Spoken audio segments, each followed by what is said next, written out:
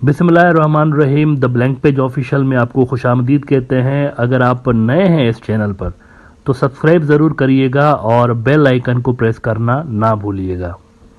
2016 में जब चाइना ने belt and roads initiative program अपना लॉन्च कर दिया था साउथ एशिया के अंदर, तो उस वक्त वेस्ट इंगेज्ड था वॉर ऑन टेरर के अंदर, यानी वॉर ऑन टेरर से निकलने की तैयारियां शुरू हो रही थी असल में। और उन दिनों में इंडिया के ऊपर ये जिम्मेवारी आयद की गई थी कि वो चाइनीज़ इन्फ्लुएंस को काउंटर करें रीजन के अंदर। लेकिन 2016 से लेकर 2020 तक, जब तक ये कोविड आ गया और ये सारा कुछ हुआ, इंडिया बुरी तरह से फेल हुआ चाइना को काउंटर करने के लिए। तो उसके बाद हमें एक विजिबल शिफ्ट ये नज़र आया अमेरिका और वेस्टर्न कंट्रीज़ जो अमेरिका के इत्तेहादी हैं उनकी पॉलिसी में, कि वो डायरेक्टली खुद ही ज़्यादा इंगेज होना शुरू हुए साउथ एशिया और आसियान ममालिक के अंदर। उन्होंने खुद ही इंटरफेरेंस करना शुरू कर दी और अपना इन्फ्लुएंस पहले से ज़्यादा, कई गुना ज़्यादा बढ़ाने में वो मसरूफ़ हो गए। अब इसके चलते मुख्तलिफ प्रोजेक्ट्स हमें नज़र आए। आप देखें कि पहले इंडिया काफ़ी सालों तक बांग्लादेश को कहता रहा था कि आप हमें अपने पोर्ट्स तक एक्सेस दे दें ताकि हम अपने नॉर्थ ईस्ट तक जाएं। अब ये मामला इंडिया के लिए आसान तब हुआ जब इसके अंदर जापानीज इन्वॉल्वमेंट हो गई।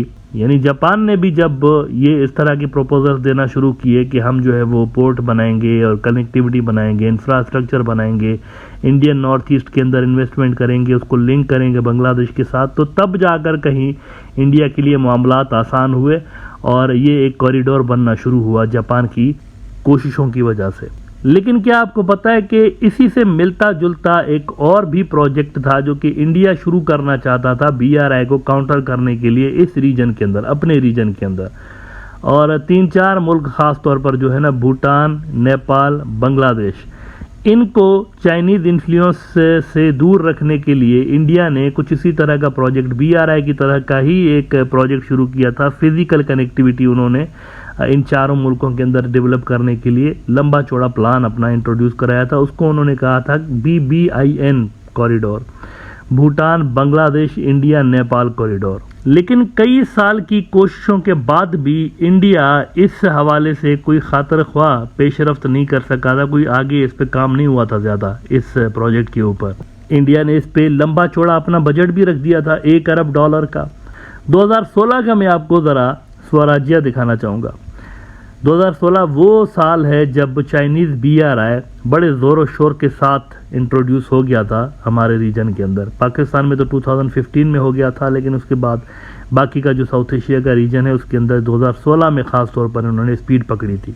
स्वराज्य ने सितंबर 2016 में स्टोरी लगाई कि BBIN road initiative takes off as India approves $1 billion transitional connectivity project. और इसके अंदर वो कहते हैं कि to increase inter regional trade and ease passenger and cargo movement, the government of India recently approved $1 billion project to construct and upgrade nearly 558 kilometres of roads. It will provide connectivity to Bangladesh, Nepal and Bhutan. असल में चारों मुल्कों को मिला के, India, Bangladesh, Nepal और भूटान को मिला के एक कॉरिडोर इंडिया बनाने का सोच रहा था। इसके अंदर भी रेल का नेटवर्क और पानी के भी जो वाटरवेज हैं उसके हवाले से भी एक ख्याल था इंडिया का कि ये सारा यूज़ किया जा सकता है और रीजनल कनेक्टिविटी हम बढ़ा सकते हैं यहाँ पर, और कुछ ना कुछ यहाँ पर चाइना को काउंटर किया जा सकता है। और इंडियन जो पॉलिसी मेकर्स हैं और इंडियन जो थिंक टैंक्स हैं वो इसको BRI का अपोनेंट और BRI का अल्टरनेट भी करार देते रहे। इंडियन नैरेटिव ने खबर लगाई थी कि South Asia's BBIN connectivity project will be key to counter China's BRI influence. हालांकि मैं समझता हूँ कि अगर आप BRI को क्लोजली स्टडी करेंगे ना तो आप समझेंगे कि ये रोड्स की कनेक्टिविटी और रेल की कनेक्टिविटी से कहीं आगे का प्रोजेक्ट है। BRI जो है ये पूरा का पूरा ट्रेड इकोसिस्टम डिज़ाइन करने के हवाले से बनाया गया है। ये सिर्फ इंफ्रास्ट्रक्चर फिजिकल जो आपको नज़र आता है ना, इस हवाले से नहीं, इसके अंदर बहुत डीप इसकी रूट्स हैं असल में। नाउ बांग्लादेशी पोर्ट्स और बांग्लादेशी जो वाटरवेज और रेल के नेटवर्क्स यूज़ करते हुए इंडियन नॉर्थ ईस्ट तक पहुंचने का इंडिया का जो सपना था बहुत पुराना, ये तो जापानीज़ और वेस्टर्न इंटरफेरेंस के बाद इंडिया साकार करवाने में लगता है कि कामयाब हो गया है। लेकिन ये जो BBIN है ना, ये 2016 से लेकर आज तक फ्लॉप ही रहा और इंडिया इस पर कोई ख़ास काम एज आई सेड नहीं कर सका। अब इसमें हो ये रहा है कि यूरोपियन यूनियन को इंडिया खींच के यहाँ पर लेकर आ गया है और यूरोपियन यूनियन वालों को उन्होंने अपना ये प्रोजेक्ट ऐसा लग रहा है कि उन्होंने शेयर किया है और ईयू वाले भी इसके अंदर शायद अब हिस्सेदार बनने की कोशिश करें। इंडियन नैरेटिव ने ही खबर लगाई है कि EU looks for a role in connecting North East with Nepal, Bhutan and Bangladesh. तो अब जैसे पोर्ट्स वाली जो डील हो रही थी पोर्ट्स के जरिए, बांग्लादेशी पोर्ट्स के जरिए इंडियन नॉर्थ ईस्ट को कनेक्ट करने के लिए, उसमें जापान की आपको इंटरफेरेंस नजर आई। तो यहाँ पर ये जो कनेक्टिविटी प्रोजेक्ट काफ़ी सालों से ऐसे ही खटाई में पड़ा हुआ था, उसके अंदर ईयू वालों की हमें इंटरफेरेंस नजर आ रही है, उनकी इन्वॉल्वमेंट नजर आ रही है, वो कोई रोल यहाँ ढूंढना चाहते हैं। अगर आप मैप देखें तो कुछ इस तरीके का मैप उन्होंने डिज़ाइन किया हुआ है कि इस तरह से 4 मुल्क आपस में कनेक्टेड होंगे।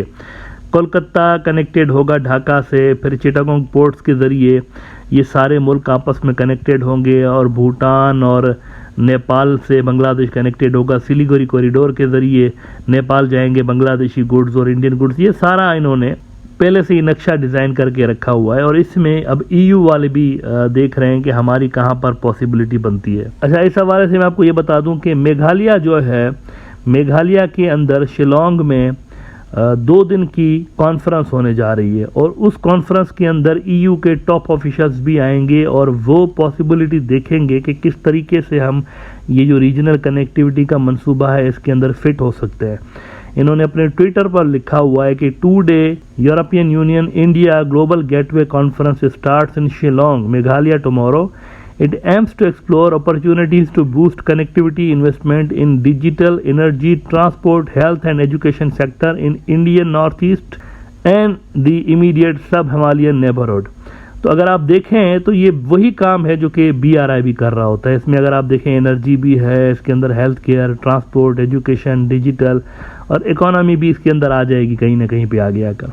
तो ये सारा का सारा जो मंसूबा मुझे अपेरेंटली लग रहा है वो चाइना को यहाँ पर थोड़ा सा कंपटीशन देने की कोशिश की जा रही है। इंडिया खुद तो इस प्रोजेक्ट को इम्प्लीमेंट करवाने में नाकाम रहा अपने बलबूते पे, क्योंकि इंडिया का इन्फ्लुएंस जाहिर सी बात है रीजन में चाइना से कम है। मतलब है ठीक ठाक इंडिया का फिर भी, लेकिन चाइना के हवाले से जहाँ चाइना की बात आती है ना तो वहाँ इंडिया की दाल नहीं गलती। तो उस हवाले से देखा ये जा रहा है कि यूरोपियन यूनियन के अंदर जो लाइक माइंडेड कंट्रीज हैं उनकी शायद हेल्प ली जाएगी और अमेरिका के ख़ास तौर पर जो इत्तेहादी हैं उनको अप्रोच किया जाएगा, क्योंकि देखें यूरोपियन यूनियन जो है एक बहुत बड़ी मार्केट है साउथ एशियन कंट्रीज़ के लिए, ख़ास तौर पर बांग्लादेश के लिए। बांग्लादेश की जो एक्सपोर्ट होती है उसका बड़ा हिस्सा यूरोप को जाता है। तो यहाँ पर यूरोप एक रोल वैसे ही प्ले कर सकता है जैसे जापान ने इंडिया को नॉर्थ ईस्ट और बांग्लादेश की जो कनेक्टिविटी है उस हवाले से उन्होंने फैसिलिटेट किया। अब ऑफ कोर्स इसके अंदर जापानीज़ की अपनी भी इंटरेस्ट हैं, वो खुद भी यहाँ पर अपनी स्ट्रॉन्ग इन्फ्लुएंस चाहते हैं, अपनी स्ट्रॉन्ग प्रेजेंस चाहते हैं इस रीजन के अंदर, बे ऑफ बंगाल के अंदर। लेकिन इंडिया भी इस इनिशिएटिव का बेनिफिशियरी ज़रूर है।